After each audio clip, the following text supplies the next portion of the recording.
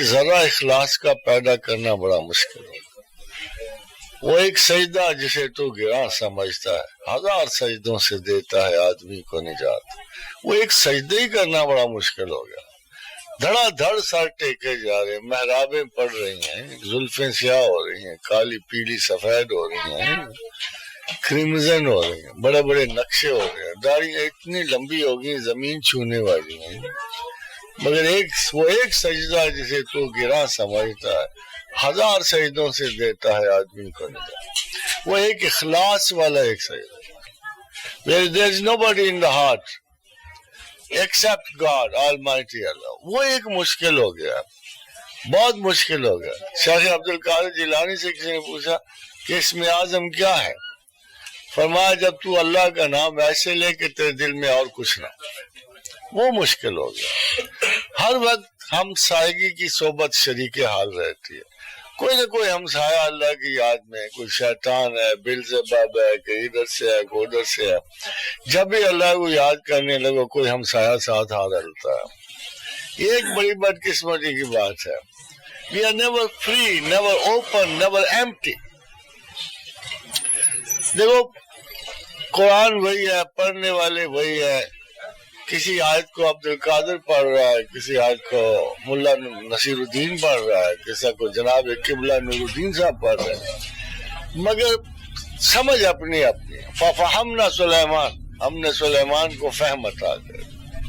تو شیخ عبدالقادر جیلانی نے کہا جب وہ آیت ہوتی نا، جب بات تو عام سی تھی، ملکہ بلقیس نے کہا، کوئین آف شیبا نے کہا، یہ جو خط آیا نا، اس نے کہا دیکھو خط آیا کسی پاورفل بادشاہ کا، تم کیا چاہتے ہو میں لڑوں اس سے؟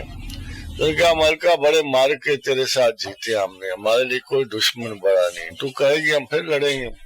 450 جرنیل کھڑا تھا.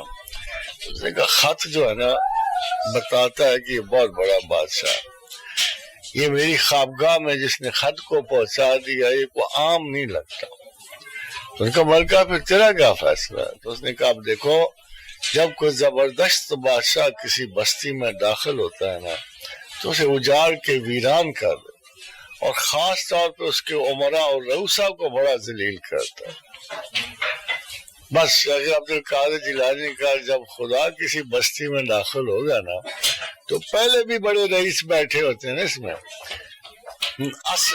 حسب نسب والے رئیس ہوتے ہیں، مال و دولت والے بیٹھے ہوتے ہیں، بڑے اونچے رئیس بیٹھے ہوتے ہیں. اس کی بات کیوں سنوں، یہ کون ہے، یہ کیا لگتا ہے، یہ پست ہے، میں بالا ہوں. بہت ساری اونچ نیچ ہوتی، غیر ہموار جگہ ہوتی ہے. پھر خدا ساری بستی کو ویران کر دے، سارا حسب نسب خارج کرتے، سب عظمتیں مسمار کرتے. پھر اس بستی میں خدا آ کے بیٹھ جاتا. خدا ویران بستیوں کو چراغوں سے سجانے والا ہے. پھر وہ آپ کے دل میں آ کے بیٹھ جاتا. پھر آپ اللہ کی بندگی اور محبت سے آشنا ہوتے ہو، پھر اس رفعت و محبت سے آشنا ہوتے ہو. پھر وہ ہے جس کے بارے میں اقبال نے کہا تھا، چہ عجب اگر دو سلطان بے ولایت نہ گنجت. تجھے یہ عجیب لگتا ہے کہ ایک مملکت میں 2 بادشاہ نہیں ہو سکتے؟